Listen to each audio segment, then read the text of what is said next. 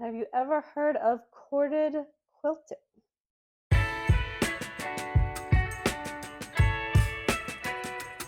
My copy of Threads came in the mail the other day, and I was reading it, and I came across this article talking about corded quilting. And it intrigued me. And they were talking about how it's an old French quilting technique. And I started researching it further, and I came across some amazing examples of this technique in old garments from like back in the day. And the technique makes this raised pattern in the fabric, and it just looks so beautiful that I wanted to try it for myself. And I was trying to think of if I wanted to make a pillow, if I wanted to make placemats, if I wanted to make just like a tapestry or something to like put on the back of a chair. And then finally it dawned on me that I should make a bag. So that's what I'm going to do today. And I have no idea how long this is going to take. I've never done this before. So we'll see together and hopefully make something really beautiful that I can use and take out into the world and show off a little bit. So let's get into corded quilting. Also, I want to apologize for my voice. I am still suffering from allergies. I'm still a little clogged up, so my apologies. But I am getting better. So hopefully the pollen or whatever it is on its way out. So I've moved my sewing space outside. Look at our strawberries. Oh my gosh, they're looking so good. They're popping. Marco's under his tree. And I'm gonna do some hand sewing of the two layers together. This day was a little windy, so you'll see my fabric kind of blow around a little bit, but my first step following the instructions in my magazine was to hand baste the two pieces of fabric together, my blue fabric on the outside and my white fabric on the inside. This step was done just so when I start working with the fabrics, they wouldn't shift around and become uneven. This just kept them nicely sandwiched together.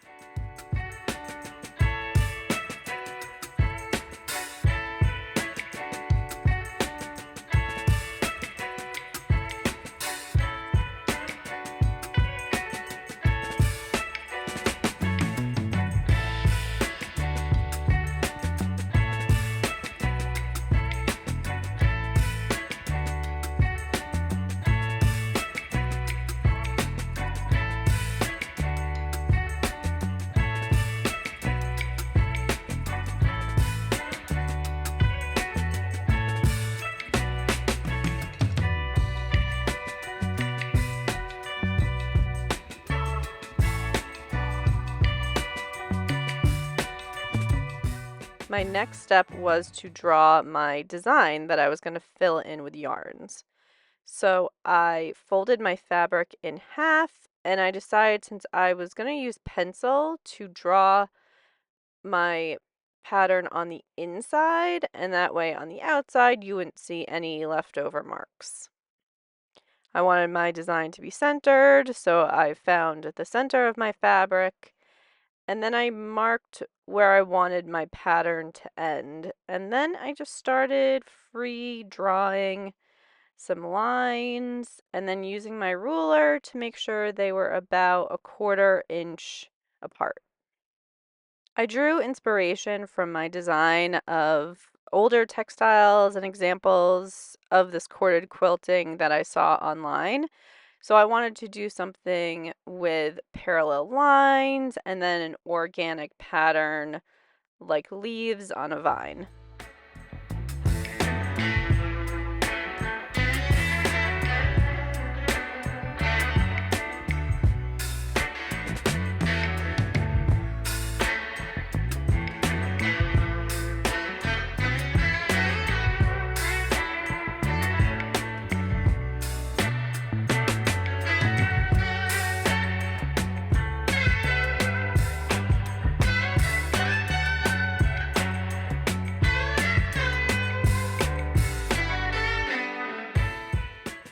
And this is the pattern that I came up with.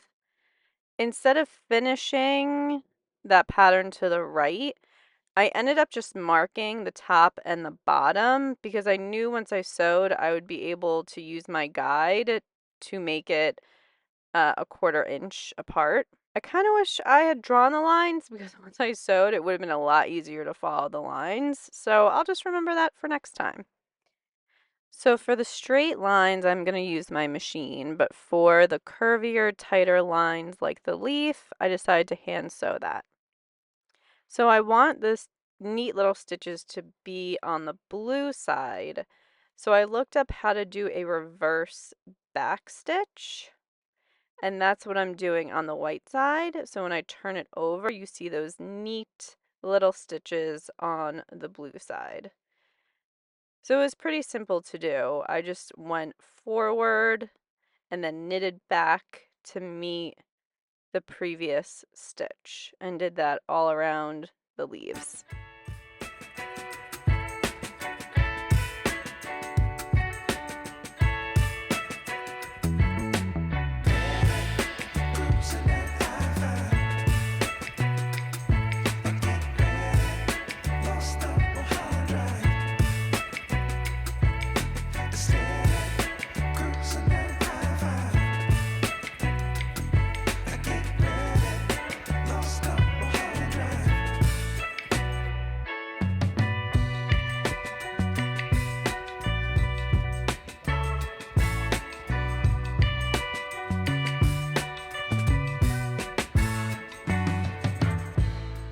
And I did that backwards back stitch for all of the leaves.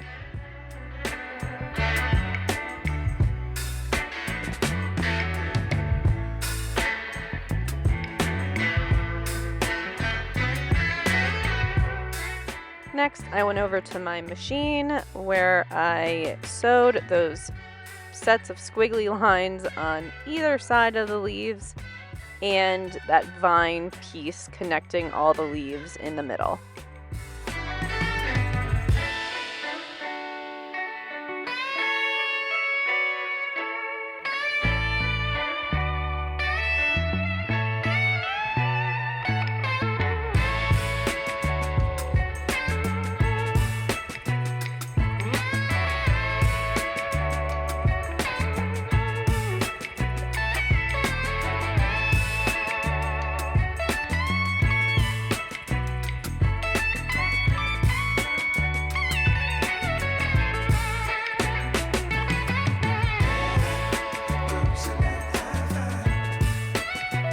Okay, a few days later, life happened. But I started to insert the yarn into my channels. So it created this kind of textured texture. And I had picked up two different yarns from Joanne. One was this 100% cotton kind of thinner yarn, and this worsted wool yarn, both in white because I just didn't want there to be any kind of bleeding if I washed this fabric and I had a red yarn. I didn't want any of the dye from the yarn to bleed onto my fabric. I didn't know if that was going to happen, but I wanted to stick with kind of neutral colors, so there was no chance of that happening. I tried to do one strand of the yarn through, and it made it a texture, but I like the way two ended up looking. So I did just this side with two. So I'm going to continue on doing this side, and then I'll work on the leaves and this little stem part in the middle. And I think what I'm going to do for this video, I'm going to finish doing the quilt, and then in my next video I will make the bag with this fabric. Okay, let's continue on. Yeah.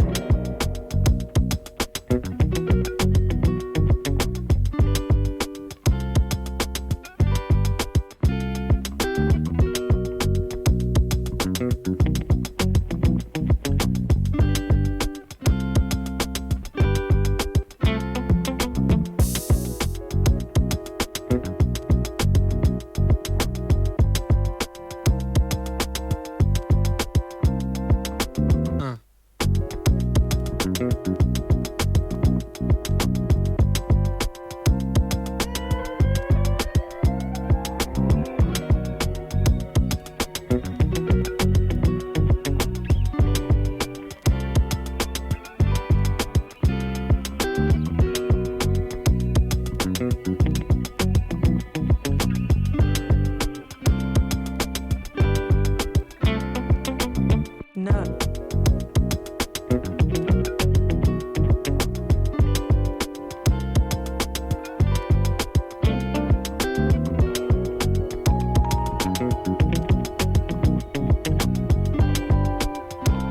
Now the next part is a little tricky because I can do the yarn up to here and then my leaf is going to start to block the line. So in that case, I should be able to put the yarn in through here and then come out this side and leave a little tail of yarn here at the top. That's why I picked a really loosely woven fabric on the back, because now I'm going to have to start pulling the yarn out of the back. So let's see how this is going to work. Okay, so this should be sharp enough. So I go through it.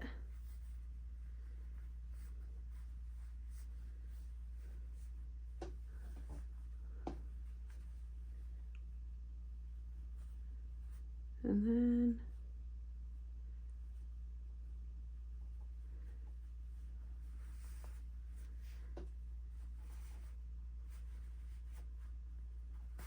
got it.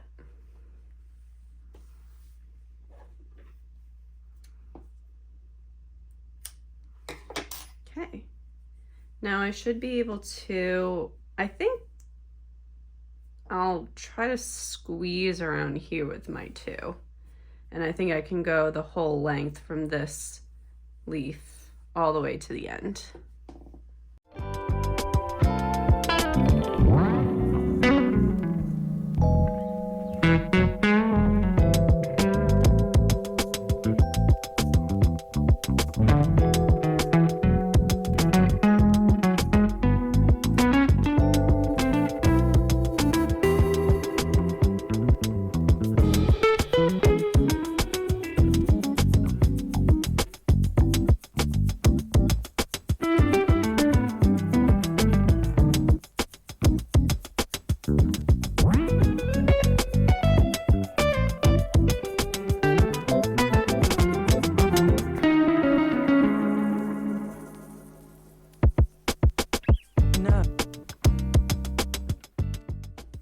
I create a little crinkle here, but because I'm going to fill this leaf in, I think that should be fine.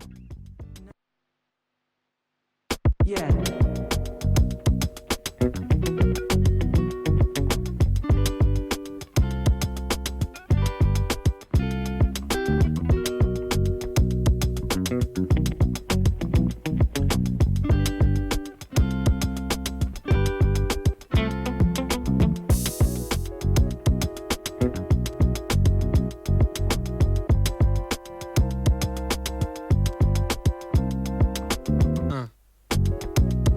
Alright,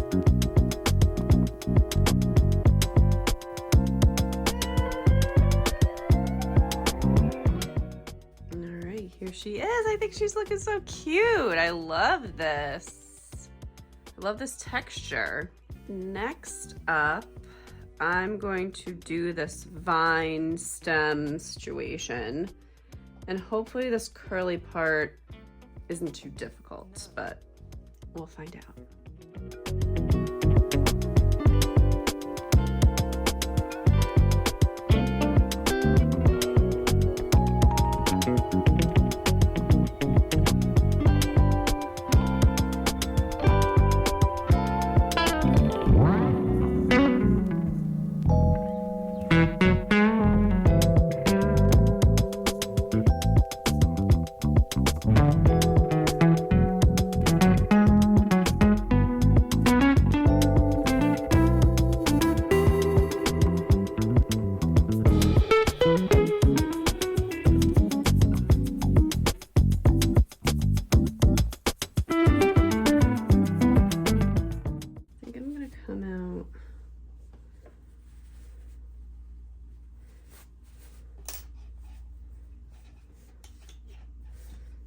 I did not think about how complicated this little twirl up here would be. I'm glad I made it wide because I can kind of use that to go to its widest part and pop out.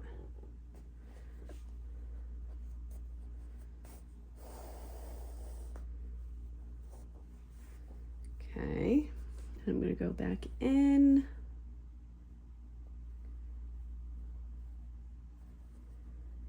Kind of twirl around.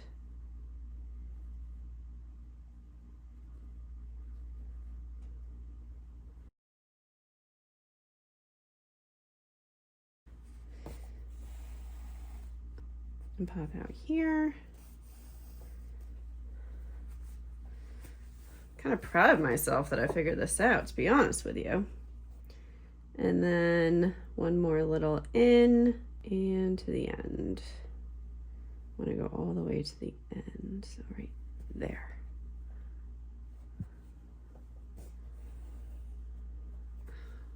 Let's see. All right, this part looks pretty good because it fills in, but now because this is like thicker at the top, the thread doesn't stand out as much. So I think I'm going to go in with another 2 strands and go around just to make this a little fuller.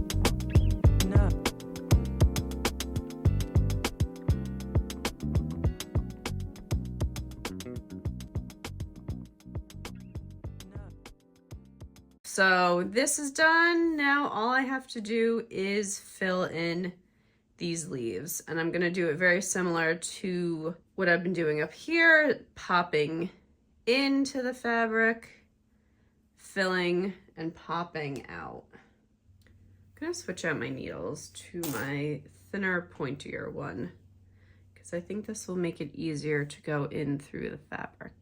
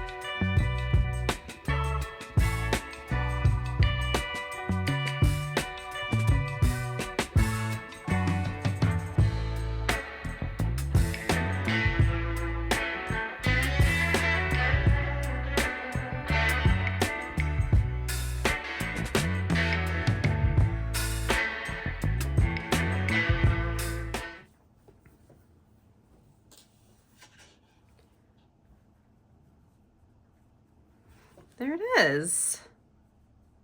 Ooh, I feel that once like I do the other side, it's gonna look really nice. This is very relaxing, I have to say. This is very, I don't feel like I'm coloring with the yarn, but you don't have to be too exact. You're just like filling in. It's nice.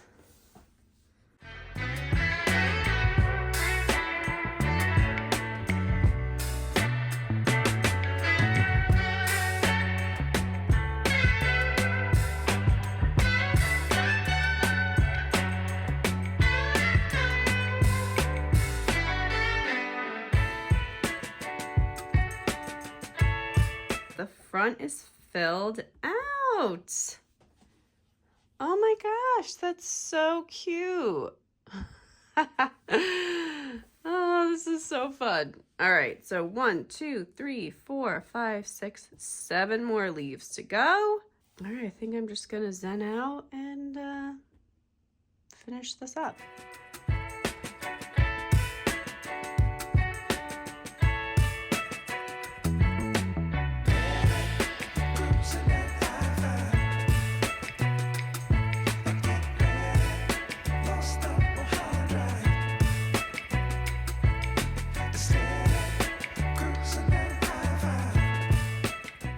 And then Marco came in and told me that he needed some love and attention.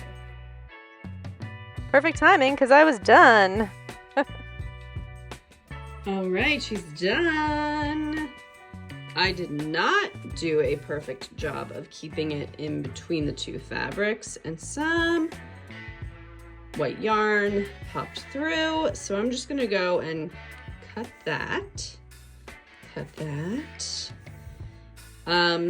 Trim all of these, and then trim these two, and then shrink it in that hot water, and then I'll show you the final result.